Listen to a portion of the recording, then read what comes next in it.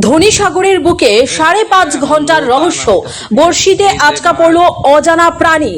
18 জুলাই 2026 শনিবার উদয়পুরের ধনীসাগর দিঘিতে ঘটে গেল এক রহস্যময় ঘটনা। পরিচিত মৎস্য শিকারী সেন্টু বাবু মাছ ধরতে গিয়ে বর্ষিতে অস্বাভাবিক শক্তিশালী কিছু আটকে যাওয়া টের পান। এরপর শুরু হয় টানা প্রায় 5.5 ঘন্টার রুদ্ধশ্বাস লড়াই। তিনি ছিপ নিয়ে নেমে গেলেন জলে। 2 ঘন্টা চেষ্টা করেও দিঘির পাড়ে তুলতে পারলেন না অজানা রহস্য। নিয়ে আনা হলো একটি নৌকা। প্রত্যক্ষদর্শীদের দাবি, বর্ষির অপর প্রান্তের অজানা বস্তুটি নৌকা সহ প্রায় 8 থেকে 10 কিলোমিটার পথ টেনে নিয়ে যায়, কিন্তু জলের ওপরে তোলা যায়নি রহস্যময় এই প্রাণীটি। ঘটনাস্থলে ফিশারিজ দপ্তরের নৌকাও পৌঁছয়, কিন্তু রহস্যের সমাধান আর হয়নি।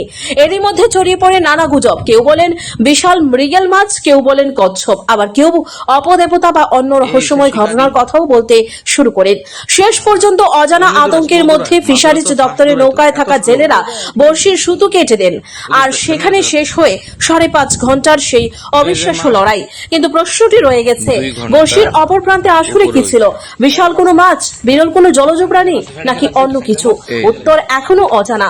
দেখাচ্ছি বর্ষি আর নৌকা নিয়ে জলে সেন্টু বাবুদের লড়াই। জোরে কথা না করলেও বেটা, ওই আবারও নয়, আবারও নয়, আবারও নয়। 2 ঘন্টার উপরে হয়েছে। তুমি বলা কইতে পারো এটা, আমি কি জানি ইন্ডো উঠি বনি কোনো। এই যে শিকারী এখনো ঘুরতেছে নৌকা লইয়া, এই যে আবার ঘুরতেছে পশ্চিম পাড়ের দিকে।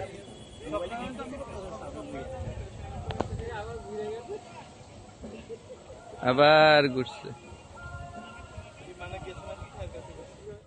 ঠাকুর জানে এটা কি, এখনো নৌকা নিয়া মাঝখানেই আছে, প্রবাবলি এই পয়েন্টে। আবার গাড়ে ঘুরে কি তুই তো মাছ কিনারে না এলে।